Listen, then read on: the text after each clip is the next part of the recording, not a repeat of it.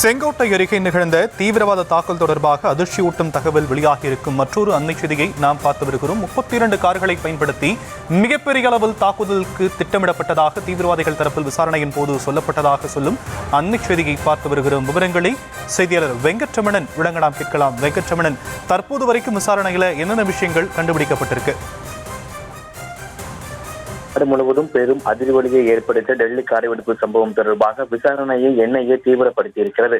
இந்த நிலையில்தான் இந்த விசாரணையில டெல்லியில அடுத்தடுத்த இடங்கள்ல 32 கார்களை பயன்படுத்தி தாக்குதல் நடத்த திட்டமிட்டிருந்ததாக தகவல்கள் கிடைக்கப்பட்டிருக்கிறது. செங்கோட்டை அருகே நிகழ்ந்த இந்த தீவிரவாத தாக்குதல் தொடர்பாக அதிர்ச்சி ஊட்டும் தகவல்கள் என்பது தற்பொழுது வெளியாகி வருகிறது.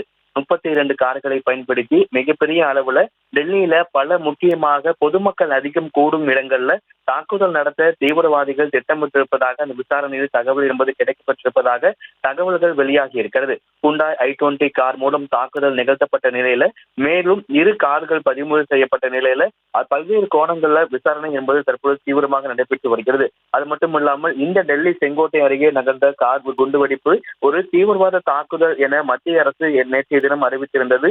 இந்த சம்பவம் கோழைத்தனமானது எனவும் குற்றவாளிகள் எனவும் அனைவரும் விரைவில் நீதியின் முன் நிறுத்தப்படுவார்கள் எனவும் மத்திய அரசு கூறியிருக்கிறது. என்ஐஏ இது தொடர்பாக ஒரு குழு அமைத்து 10 நபர் கொண்ட குழு அமைத்து விசாரணையை தீவிரப்படுத்தி வரக்கூடிய நிலையில இது தொடர்பாக தற்பொழுது அதிர்ச்சி ஊட்டும் தகவல்கள் என்பது கிடைக்கப்பட்டிருக்கிறது.